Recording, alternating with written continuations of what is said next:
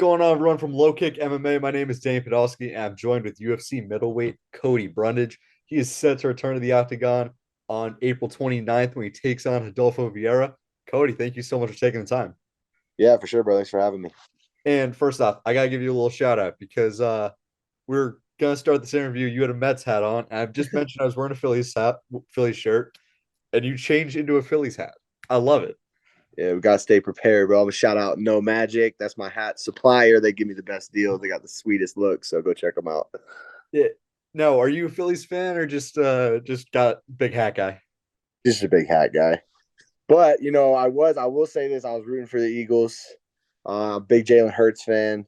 Okay. So it was a good year to be an Eagles fan for sure. Definitely good year to be an Eagles fan and a Philly fan. And so, going back to your fight, you're fighting Adolfo Vieira. This fight's supposed to take place last year, gets pushed back a while. What was the process in getting this fight rebooked? Was this one you really wanted to fight again? And was it frustrating at all when it initially got canceled? It was super frustrating when it got canceled just because it was the week of. So there wasn't really enough time to really put something together and get a replacement fight. There's a lot of money and time and effort on a lot of different fronts to get ready for a fight. So when it falls through, it's definitely there's not many good things to take out of it. I was fortunate enough to get booked to a fight a little bit later, but so I didn't have to wait all the way till April to fight. But definitely some, I guess the positives, I guess, were that I just have a little bit longer time to prepare. It doesn't feel as big a deal as it did to me when I first got it, like not in a negative way. Still a tough fight. Still have a lot of respect for Adolfo. I think he's a tough opponent, but I just feel like, he wasn't able to get there. So I feel like that's a win already, like a DQ kind of. Glad he's healthy. I liked the matchup when I got it 5 months ago. I feel like I'm even better now, so I like it even more. Have you gone to watch, footage on him? Is that a big part of how you train? Yeah, I watched him a lot more before the first fight, I'll say. That didn't happen. And then I kind of just refreshed right when I got the other offer, which was like end of February, to fight him again. But I felt prepared. I don't feel like I need to watch him too much. He's very good at what he does. He might be the most credentialed grappler in the division. I think he is. Um, and he's got a good jab, a good cross, and a good outside leg kick. He's not really going to come at you with anything that's crazy. So you watch a couple fights and you kind of get the game plan. So I feel pretty well prepared. Usually I'll watch more film, I'd say, but I feel like he doesn't bring a ton to the table. Just what he does, he's very good at, if that makes sense. So what gives you the advantage over him? Is it that cardio or is it the striking? I think confidence. I think I have a lot more confidence on the feet. I don't think he has bad cardio. I think he rushes to the grappling sometimes and it makes him gas quicker than he would. And you've seen him kind of change his game plan recently. I feel like in his last two fights, before he'd come out and kind of shoot with reckless abandon and it worked out. And then against Anthony Hernandez, it obviously didn't work out. He got extremely gassed and fatigued and lost that fight. These last two fights since then, he's been much more measured, I'd say, in his approach, slower pace. I feel like I bring a really high pace. I feel like I have the power advantage on the feet. I'm younger. I definitely have the wrestling advantage. I feel like I'm the best wrestler he's ever fought. For sure. Like I don't even think it's really close. I don't think, he couldn't take Chris Curtis down. Chris Curtis is a great fighter. He's in the top 15. He's a really good striker, but he's not known for his grappling.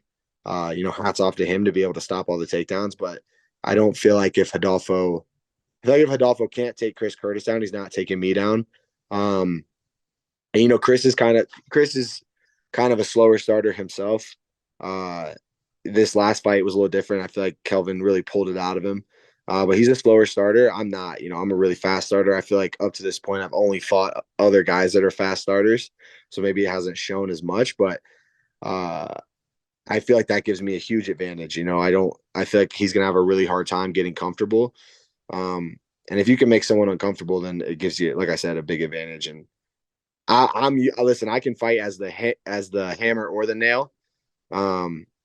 Just from the gym I come from, I'm the nail quite a bit, training with guys like Anthony Smith and Dustin Jacoby, so I feel like I'm comfortable in either position. I feel like unless he's the hammer, he has a really hard time You know, if he's not the bully in there, if he's not the guy putting you on the back foot, I think he struggles a lot, and I feel like I present a lot of problems for somebody that's an issue for. And so your last two fights, you've come out aggressively, gone for that takedown early. Does his BJJ credentials, does that make you a little bit more wary, or do you think play to your strengths and you're gonna go out and try to do that again? I was laughing. I saw a stat the other day that said he had 100% takedown defense, and I just was like, "Well, who's trying to take him down?" Um, yeah, I definitely feel like I'm gonna wrestle. That's my best attribute. I did it my whole life, so naturally that's gonna be my best thing. But it's just being intelligent. You know, I feel like I have rushed to the wrestling where maybe necessarily I didn't have to in my last couple fights. But I think mixing it in is definitely a key for me. I think my striking will surprise a lot of people in this fight. And I'm looking forward to an opponent that kind of draws that out of you. You know, like these other guys, the wrestling, it's easy to lean on the wrestling because I feel like it's such a massive advantage for me. Whereas with Rodolfo, wrestling is still a huge advantage, but he's a lot more dangerous off his back than he is on the feet. Um, so I don't want to force the wrestling, if that makes sense. I don't want to give him when he's fresh or when we're dry or whatever. I don't want him to engage in the grappling when it's advantageous for him. I do want to engage in it, but just when it's more advantageous for me, when he's a little tired, when I've hurt him on the feet, when the fight's in the later parts of the fight, I think wrestling will definitely be an option. But I'm excited for a fight that kind of forces me to be on the feet a little bit more for sure. And so, you talk about that wrestling being your strength, but then you also put out Trayshawn Gore with an overhand right up from the feet. In this fight, looking at a guy like Vieira who's so credential on the ground, do you want it to maybe stand up a little bit more? Yeah, for sure. I think he'll I don't know this, but I think he'll be on the feet a little bit more too. Like everybody expects him to try to wrestle. I don't think he thinks it's going to be that easy. I don't think he's going to come out and really be super aggressive trying to get me to the ground. Um, just because I think he knows how tired he gets when he tries to do that. So I think he'll be a little hesitant. He's kind of got like this point fighting karate style on the feet where it's like very jab heavy, touching kicks. So I wouldn't be surprised if he tries to point fight for a round and a half, and then tries to get me to the ground. But I don't mind wherever the fight takes place. You know, I train with really high level black belts, but yeah, I want to display just what I've been working on in the gym. Sometimes I have a really hard time translating it, right? Like I my striking is a lot better than I think people think it is because I haven't used it. I haven't been in a situation where I used it. And I think part of that is coming up on the regional scene. When I first got to the UFC, like my wrestling has been something I can really lean on and has given me a lot of success. And when you have a lot of success, sometimes it's hard to change it up. So, like I said, I'm excited, like I said, for this fight to be on the feet a little bit just because of the problems Adolfo presents. You know, I'm not going to be rushing to get to the takedown. I'm going to be on the feet and be able to showcase some of those skills that I've been improving and getting better at. And so this will mark, I think, your fourth straight fight at that UFC Apex. Is that place starting to feel like home for you, or do you want to get back in front of the fans? Yeah, it's starting to feel like a really crappy 600 square foot, one bedroom, sharing a communal bathroom, dorm room is what it feels like, bro. I hate it there. I want to be in front of my family and fans. You know, my wife hasn't seen me fight in 4 fights. She's been a huge part of my journey in MMA, and so I want to get back in front of her and in front of my friends and my family. So, you know, I can't control any of that. But yeah, I'd like to get back in front of fans. That's part of the reason you do it too. You want to travel, you want to be, you know, that's part of the allure of being in the UFC is the cool places they go, the cool venues they fight at. So hopefully I'll be out of the Apex after this one. Fair enough. And love to ask about, your wife, Amanda Bobby Cooper, now Amanda Brundage, and then your daughter. How much does your family, sort of inspire you? Is that really kind of what keeps you going? Yeah, I always joke I'm the least hard worker in my family, and I that's not even a knock on myself. It's just more how hard they work, and you know some of the things that we've dealt with my daughter Kingsley, and you know my wife is 6 months pregnant now. We're doing July, so I got another little girl on the way, and just the amount of effort and time that she puts into our daughter to kind of overcome a lot of the expectations that have been placed on her because of her medical conditions, I think is huge. And, you know, at one point we didn't ever know if she would walk and she's walking now. And, it just makes fighting easier. It makes fighting seem less important in all their best ways. Sometimes like if I were to say fighting is less important, people would be like, you don't care about fighting, maybe you shouldn't do it anymore. It's not that. I have better perspective. I don't take a loss quite as hard, and I don't take a win uh quite as amazing either, like, so I feel like I'm a lot more in a gray area, which is where I want to be. I don't want to be super high, super low. And uh I think the other thing too is like my priorities of like I really want to be a really good dad. I want to be a really good husband. I want to be a good teammate. And if I do all of those things, I feel like I will have a lot of success in fighting, but it's less of me focusing on I want to be a great fighter, because I feel like if I do everything else in my life correct, then becoming a great fighter just kind of naturally will follow up. So just kind of having better priorities and better perspective for sure with those two. And so you're still training down at Factory X, right? Yeah, for sure. So how is training there help? You're with Mark Montoya, right? Yeah, me and Coach Mark are super close.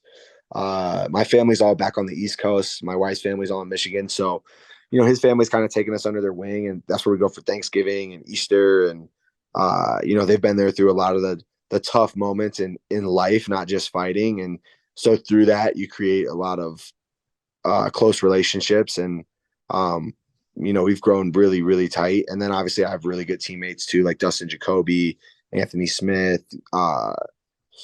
Josh Frem, Zach Cummins just retired, but he was there for this whole camp. Rob Wilkinson, PFL champ. So there's a ton of big guys there.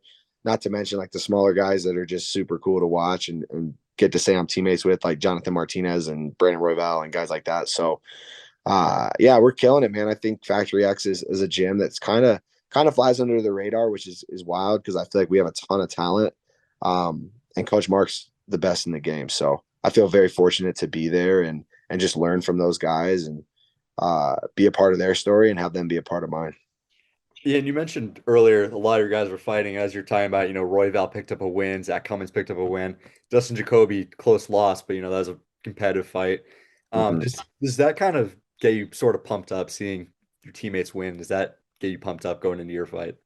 Yeah, for sure. And I was fortunate enough, Dustin always brings me along to corner him. And so I got to be there and be backstage and kind of be there for the vibes. And it was definitely a tough loss, but just to get to be a part of that and the memories you make on the road with your boys and your team. And that's another reason we're doing it, right? Like there's very little I remember about any of my fights, wins or losses, but I remember the memories that I have with my boys being out there, uh, going to team dinners, just things like that will last forever. And yeah, it's definitely inspiring to see because I see all the work they put in too. So win, lose, or draw, like the fact that they get in there and lay it on the line is inspiring, and it makes you believe in yourself a little bit more. You're like, okay, I'm going with these guys who are absolute killers. I can do this. So definitely being out there with them was awesome, and vibes are high at Factory X right now, with especially coming off Brandon's big win, and he's got big news that I think he's said it, so I don't feel like I'm breaking news, but he's the backup for the Figueredo, or not Figueredo. Jesus, guys fought so many times, but for Moreno Pantoja, he's the backup, and then he'll get the winner of that. So, everybody's riding pretty high off of that, and yeah, I think it's perfect timing for me going into my fight. Just kind of ride that momentum. And that's official that he's the backup fighter for that. Yeah, yeah, it's official. So that's International Fight Week, I think. Yeah, July 8th. And so let's talk about Brandon Royval for a second. Let's say, something falls out. Do you think he's a guy who you can see being a champion at that division? Absolutely. And not only that, like he always says he's the most exciting flyweight. I mean, he's got a pretty good argument to be the most exciting fighter in the UFC. He's very like Justin Gaethje like that in every performance he has. It's like a fight of the night. It's a performance bonus, and um it's crazy because with someone like that, you would never expect like the doubts they might have, but he has doubts and he just does a great job of dealing with them and combating them. And that's another thing that I think is inspiring and can helps me a lot because I'm like, this guy's the highest level in the world. He's gonna fight for a world title, and he deals with the same things that all of us deal with. And I think just being able to see how he deals with them helps me. I without him like telling me like this is what I do, I just watch and try to replicate that. But Yeah, I think he's who the UFC wants to be the champ. Like that kid is so exciting. He doesn't ever have a boring fight. He lays it on the line. Like I think he has a huge fan base already. The more eyes you can put him in front of, the better. Definitely, that guy's never been in a boring fight. Yeah. Same about his fights with Kai Kara France where he got hurt, and that's always the one that sticks out to me. And then had the title eliminator with Brandon Moreno where the shoulder pops out, but he's a guy where right in that picture at 25 and could certainly see him being a champion. And then you also mentioned Anthony Smith. He's got a big fight coming up with Johnny Walker. How do you think that one goes down for him? I think Anthony's had a really good camp. I think he just has to stay within his game, which is what we've really been focusing on. Johnny doesn't present too many technical problems. Like he's not technically a great boxer. He's not technically a great kickboxer. He doesn't have great jujitsu or wrestling, but he's super awkward. He's super weird. He's long. He has power. Most of his knockouts come in like really stupid, weird exchanges. So it's just trying to avoid the chaos a little bit and make it a very technical fight because technically Anthony's better everywhere, which he's been doing a good job of. It's a huge fight also just for the implications of where it puts him. He goes beats Johnny Walker. He's potentially one fight away from fighting Jamal Hill for the belt. So he's really been working his ass off. I think he knows the implications with this fight, and I'm excited. I'm going to go out. It's in Charlotte, which is like an hour and a half from where I'm from, and I'm going to fly out there with him and corner him, and I'm excited for that. It's gonna be a good one. And going back to your division, Alex Pereira got knocked out by Israel Adesanya. What are your thoughts on that fight? And where do you see yourself in the long term fitting into the middleweight picture? Yeah, I think it was super cool to see. We always are like we're fighting our demons. Like Izzy had a legitimate demon in human form, bro. Like that guy was ruining his life, so to speak, and he was able to kill his demon and do it in like unbelievable fashion. In a great fight. It was a super entertaining fight also on both sides until he finished him. But yeah, you got to feel good for Izzy. That was a tough one. I don't know how I would handle that. Losing to someone three times, getting finished by them twice. Like I don't know. That's some real. You'd have to do a lot of work on your mind, and he did it and came back. And I think it's good for the division. Um, I think it's good for the division, but I think sorry. You're good. I think it's good. I think it's good for the division. I just think it's kind of tough too because he's kind of run through everyone else. And with Pereira saying I don't want to fight him again, I'm going to 205. It's kind of the same thing as you have with Max and Volk. Like Whitaker beats every contender pretty soundly. There's not really even that many close fights between Whitaker and the contenders. So Izzy kind of doesn't have anyone to fight because Whitaker can't beat him. So it's tough in terms of what they're gonna do. I think they have some good momentum with some things like Duplessis versus Izzy. Even though I don't think that's a very competitive fight, I do think that's the fight to make in the division, just because of the fact that we haven't seen it. There's a little bit of hype behind it. There's that storyline of Africa, who's African, who's not African, which is a whole nother topic. But it's interesting, and I think that will do some numbers. I think it'll be refreshing to see Izzy fight someone we haven't seen yet. And then I think there's a lot of youth in our division, and a lot of unknowns. Like you got guys like Hamza. Is he coming up to 85? Is he not? Like, what's he going to do? Bo Nickel, he's a huge question mark in terms of where's his ceiling at. Are they going to fast track him, or what are they going to do with him? So I think there's a lot of younger guys, like myself included, that are going to start making their way up the division, and be interesting to see what they do at the top. Be interesting to see how long Izzy stays at 85 too. He beats Duplessis. Maybe they do Whitaker 3. If he beats Whitaker, you'd think he'd go up to 205. There's not really anything left for him, I don't think, at 85. I mean, maybe I'm missing somebody. If I am, I'm an asshole, but I don't think there's really anything for him at 85. I mean, maybe Cody Brundage gets a few wins and puts him right in that picture. Shit, hopefully he goes to 205 before I get up there. Oh man. In sort of like in your terms of the long term, let's say all goes well and you beat Vieira. You know, you mentioned you have a daughter on the way. Congrats to you for that. Thanks, brother. What are sort of your short term goals for this year, and then sort of the long term? I mean, obviously everyone wants to get in that title picture, but you know, where do you see yourself fitting in amongst the division? Well, if I win this fight, like I said, baby's due early July, so maybe try to slide in on a card like in June. Mhm. I'm gonna get right back to training, so we'll see. Probably won't happen, but I'll be in training, so I'll be ready. And if not, then maybe fight like September, and then maybe try to get one more by the end of the year. So get 3 this year would be good. I think if I go 3-0 this year, um, I'm looking like probably 2024. I feel like it lines me up pretty well to make that run to the top 15. Because if I go 3-1, that'd put me at what 5-1 in my last 6. Like that's, and I'm beating like Rodolfo's not a low rank guy. He's not a top 15 guy, but he's top 30. Um, so yeah, I think that would set me up. I think top 15 in 2024 is a reasonable goal. I think it's a realistic goal. And then once you're in the top 15, it's just getting smart matchups to make your way up. You know, I feel like once you get in the top 15, everyone's really, really good. So it's just what matchup's going to be the most favorable. And then if you can show up that night and have a great performance. So, but yeah, top 15 by early 2024, and, you know, be a good dad to another baby. It's going to be crazy. Got 2 kids running around here. It seems, I feel too young to have 2 kids, but I'm excited for it. 2 little girls, girl dad for life. But yeah, man, all good things this year. This camp's been really good. I'm excited to perform and then have a little break. But yeah, I think 2023 will be a great year. I'm excited for it. That's awesome, and glad you know sort of got the priority straight of family Yeah, first, playing yeah, second. for sure, for And then sure.